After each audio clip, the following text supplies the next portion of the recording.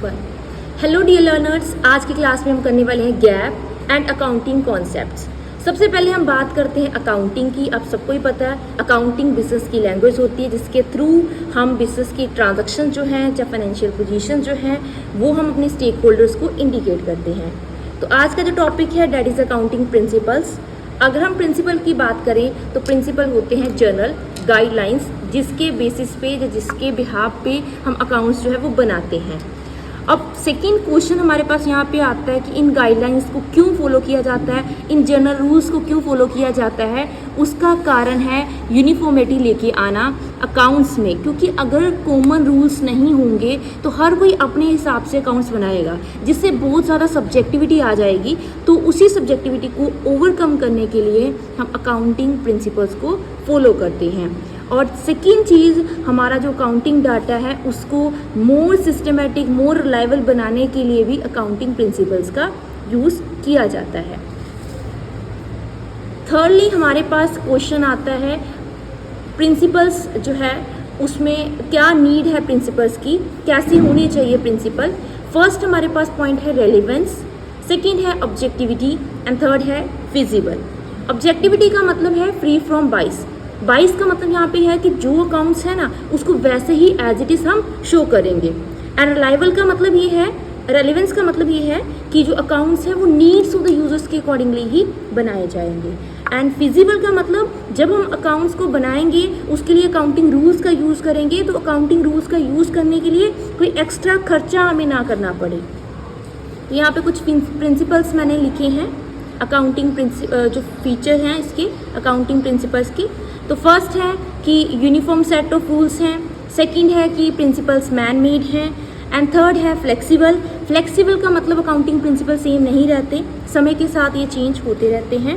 Fourth है note self evident, मतलब जैसे साइंस में क्या होता है, साइंस के जो प्रिंसिपल है लेबोरेटरी में उसका एक्सपेरिमेंट होता है और उसके बाद उससे थ्योरी जनरेट होती है, बट यहाँ पे नेचुरल साइंस की तरह जो प्रिंसिपल है वो सेल्फ एविडेंट नहीं होते। And last fact based. So जो हमारा मेन टॉपिक है डेट इज़ गैप, जिसमें अकाउंटिंग कॉन्सेप्ट्स एंड कन्वेंशन आते हैं। आज की क्लास में हम अकाउंटिंग कॉन्सेप्ट्स को डिस्कस करने वाले हैं। सो फर्स्ट हम समझ लेते हैं अकाउंटिंग कॉन्सेप्ट होता क्या है। सो अकाउंटिंग कॉन्सेप्ट्स होते हैं बेसिक अजम्पशंस, हम बोल सकते हैं एक तरीके के ये फैक्ट्स हैं। हम इनको बनाता कौन है, इनको बनाती हैं अकाउंटिंग बॉडीज़, मतलब देयर आर एक्सपर्ट्स जो अकाउंटिंग कॉन्सेप्ट्स को बना रहे हैं। थर्डली जो अकाउंटिंग कॉन्सेप्ट होते हैं वो यूनिफॉर्म होते हैं, वो हर जगह पे सेम तरीके से फॉलो किए जाते हैं। यहाँ पे जैसे लिखा हुआ है कंपल्सरी टू फॉलो, इनको फॉलो करना कंपल्सरी है, ज़रूरी है। इसके अलावा यहाँ पे लिखा हुआ है यूनिवर्सल, मतलब हर जगह पे सेम तरह के कॉन्सेप्ट फॉलो किए जाते हैं। और अकाउंटिंग जो कॉन्सेप्ट है वो ज़्यादातर टाइम में सेम ही रहते हैं, मतलब it takes long time to be changed. Okay, so ये अकाउंटिंग कॉन्सेप्ट्स इसीलिए फॉलो किए जाते हैं ताकि हमारे जो अकाउंट्स हैं उनमें ट्रांसपेरेंसी आए और जो हमारे फाइनेंशियल स्टेटमेंट्स हैं बिल्कुल रेलिवेंट हो, इसके लिए हम अकाउंटिंग कॉन्सेप्ट्स को फॉलो करते हैं। बाकी सारे पॉइंट्स लिखे हुए आप पढ़ सकते हैं। मैं आपको अकाउंटिंग कॉन्सेप्ट्स जो कौन कौन से हैं उसको अच्छे से एक्सप्लेन करूँगी। सो हमारा जो लास्ट मेन जो मैंने आपको करवाना है topic that is accounting concepts. तो हमारा अकाउंटिंग स्टैंडर्ड जो 1 है उसके अकॉर्डिंगली 3 फंडामेंटल अकाउंटिंग कॉन्सेप्ट्स हैं जो बहुत ज़्यादा ज़रूरी हैं फॉलो करने। तो उसमें से फर्स्ट आता है going concern concept, second accrual concept and third is consistency. Actual में कंसिस्टेंसी कॉन्सेप्ट नहीं है, ये कन्वेंशन है। तो जब कन्वेंशन वाला टॉपिक करेंगे तो उसमें हम इसको डिस्कस करेंगे। तो फिलहाल के लिए हम फर्स्ट अपना टॉपिक पॉइंट डिस्कस कर रहे हैं that is going concern. Going concern concept का माना ये है कि जो बिजनेस फर्म है वो चलती रहेगी, वो बंद नहीं होगी। हम ये मान के चलते हैं कि बिजनेस की डेथ का जो टाइम पीरियड है वो फिक्स नहीं है। इसी कारण हमें क्रेडिट लेने में आसानी हो रही है और इसी कारण हम अपने जो एसेट्स है लायबिलिटीज़ हैं उनको कॉस्ट पे रिकॉर्ड करते हैं। इट मीन्स एसेट्स को रिकॉर्ड किया जाता है on the basis of useful life of asset, ना कि लिक्विडेशन वैल्यू के बेस पे। In simple words going concern concept ये बताता है कि जो हमारी बिजनेस है, जो फर्म है वो चलती ही रहेगी, वो बंद नहीं होगी फ्यूचर में भी। सेकेंड कॉन्सेप्ट हमारे पास है accrual concept, again very very important concept. इस कॉन्सेप्ट का माना ये है जिस डेट को ट्रांजैक्शन हुई है हम उसी डेट को ट्रांजैक्शन को रिकॉर्ड करेंगे, आई रिस्पेक्टिवली कि पैसा हमारे पास आया है या गया है। अभी तक कैश का कोई ट्रांजैक्शन चाहे नहीं हुई बट हमने ट्रांजैक्शन कर ली है तो उसी वक्त उसको रिकॉर्ड करेंगे। फॉर एग्जाम्पल अगर मान लो हमने क्रेडिट सेल करी है, क्रेडिट सेल मान लेते हैं हमने करी है 5000 की, ये हमने मान लेते हैं दिसंबर में करी थी बट उसके जो पैसे रिसीव करे हैं वो फेब में करे हैं, तो इन दोनों में से कब रिकॉर्ड करेंगे? इसको रिकॉर्ड करेंगे दिसंबर में, ना कि फेब में, क्योंकि ट्रांजैक्शन कब हुई है? ट्रांजैक्शन हुई है दिसंबर में।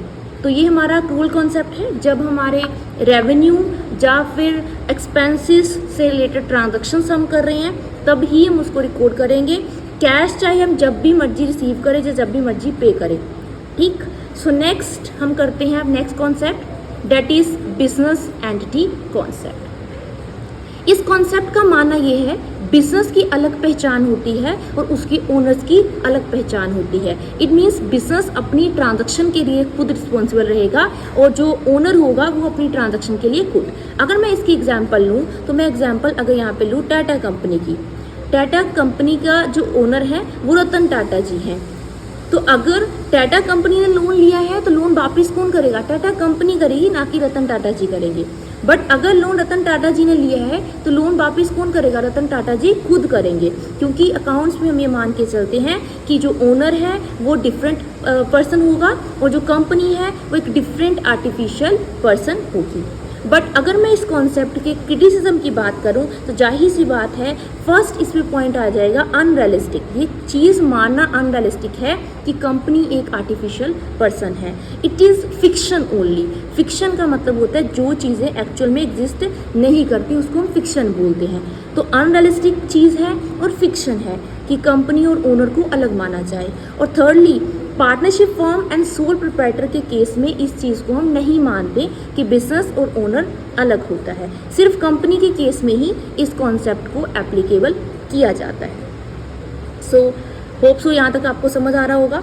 नेक्स्ट कॉन्सेप्ट हम पढ़ रहे हैं money measurement concept. It's an very easy concept. According to money measurement concept हम अकाउंट्स में सिर्फ वही ट्रांजैक्शन रिकॉर्ड करेंगे जिनको हम मॉनेटरी टर्म में मेज़र कर सकते हैं।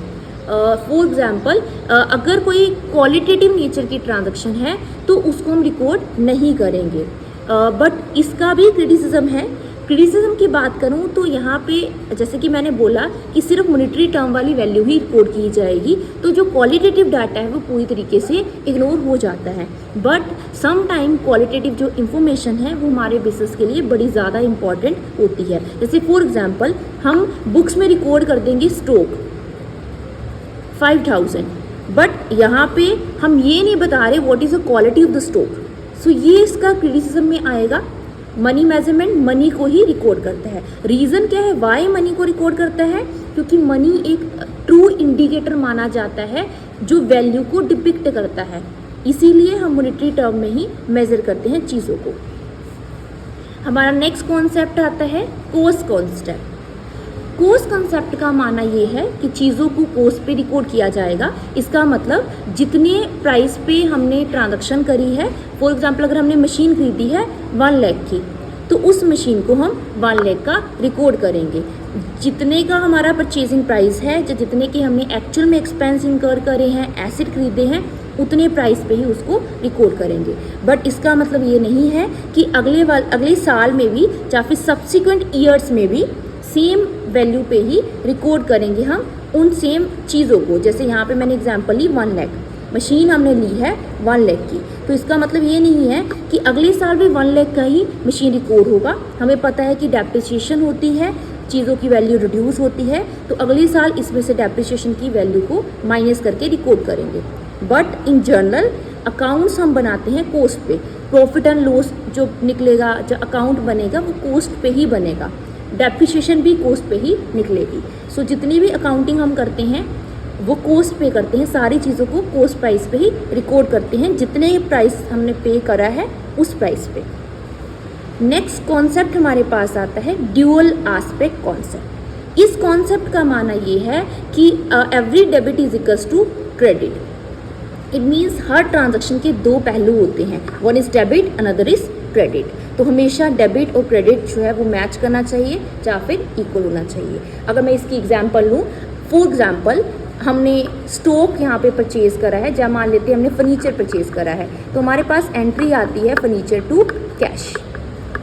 मान लेते हैं यहाँ पे 1 लाख उसका प्राइस है, तो फर्नीचर टू कैश अगर 1 लाख आ रहा है हमारे पास, तो बैलेंस शीट में एसिड वाली साइड भी कैश में 1 लाख जाएगा एंड और पेमेंट वाली साइड भी 1 लाख जाएगा।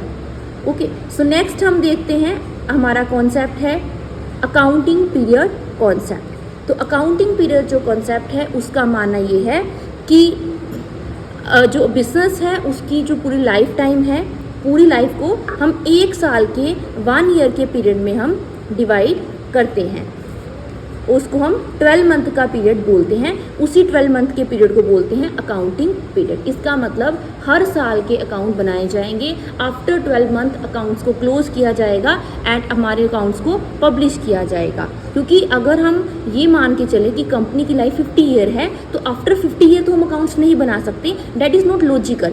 सो हम कंपनी की लाइफ को अकाउंटिंग पर्पज़ के लिए 12 मंथ के पीरियड में डिवाइड करते हैं और हर 12 महीने बाद कंपनी के अकाउंट को क्लोज करते हैं। इसी को हम बोलते हैं, इसी पीरियड को बोलते हैं अकाउंटिंग पीरियड। नेक्स्ट कॉन्सेप्ट हमारे पास आता है मैचिंग कॉन्सेप्ट। तो मैचिंग कॉन्सेप्ट ये मानता है कि हमारी हमेशा ही जो इनकम है वो मैच करनी चाहिए, किसके साथ, हमारे एक्सपेंसेस के साथ मैच करनी चाहिए। तो अगर हमारे एक्सपेंसेस इस साल के मान लेते हैं, अगर सैलरी है 5000, वो पूरी की पूरी 5000 P&L में जाएगा आई रिस्पेक्टिवली, चाहे उसमें से अभी तक 5000 में से मैंने अभी 2000 पे करना बाकी है, इट मीन्स ड्यू है, पर डालेंगे पूरा 5000 क्योंकि वो इस साल का खर्चा है। इस साल का पूरा सैलरी 5000 है ना, तो पूरा 5000 डालेंगे। चाहे 2000 हमने पे नहीं करा है, वो हम आउटस्टैंडिंग है अभी तक, बट 5000 आएगा हमारे P&L में। सो मैचिंग कॉन्सेप्ट बताता है कि हमारी इनकम एंड एक्सपेंसेस जो है वो मैच करने चाहिए। And last concept is realization concept. Realization concept हमें ये बताता है कि जब हम एसेट्स को रियलाइज करेंगे, मतलब बेचेंगे, सेल करेंगे, तो किस प्राइस पे उसको रिकॉग्नाइज करेंगे या फिर कब रिकॉग्नाइज करेंगे। तो जब हमने ट्रांजैक्शन कर ली है, फॉर एग्जांपल अगर मैंने कोई सामान बेच दिया है और उस सामान को ट्रांसफ़र कर दिया है, 5000 का मान लो सामान था, तो जिस दिन जिस टाइम मैंने वो ट्रांजैक्शन करी, सामान बेच दिया, चाहे पैसे नहीं मिले हैं अभी तक, उसी दिन को उस ट्रांजैक्शन को रिकॉर्ड करेंगे, चाहे पैसे फ्यूचर में मिल रहे हैं, बट ट्रांजैक्शन अभी करी है तो गुड्स अभी ट्रांसफ़र कर दी, तो उसी वक्त उस सेल को रिकॉग्नाइज किया जाएगा। सो ये हमारे कॉन्सेप्ट से सारे अकाउंटिंग के। कोई डाउट हो तो you may message me. Okay, thank you.